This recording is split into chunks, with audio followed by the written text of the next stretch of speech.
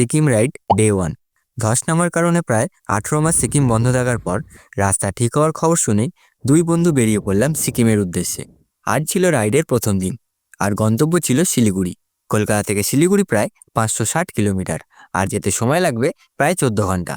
তাই ভোর ভোর ব্যাগপত্র প্যাক করে বাড়ির সবাইকে টাটা করে বেরিয়ে পড়লাম শিলিগুড়ির উদ্দেশ্যে। আসি মামা আসি। দুর্গা দুর্গা দুর্গা দুর্গা। এই নিয়ে দ্বিতীয়বার আমরা শিলিগুড়ি যাচ্ছি। আগেরবার আমরা ওল্ড দিল্লি রোড হয়ে শিলিগুড়ি গেছিলাম, কিন্তু এইবার আমরা বারাসাত বড়জাগলি হয়ে NH-12 ধরে নিলাম আর সোজা এগোতে থাকলাম কৃষ্ণনগরের দিকে।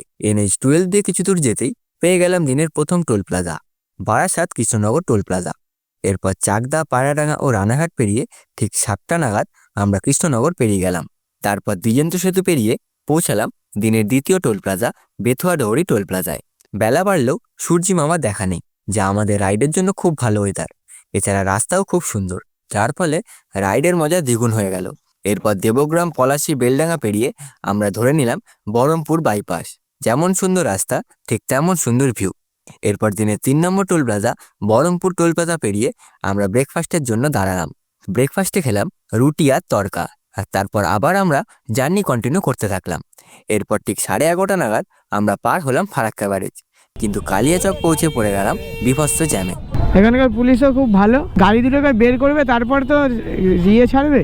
এরপর মালদা, রায়গঞ্জ, করণদিঘি ও ডালখোলা বাইপাস পেরিয়ে আমরা পৌঁছালাম পূর্ণিয়া মোড়ে। সেখান থেকে আমরা ধরে নিলাম পূর্ণিয়া শিলিগুড়ি রোড।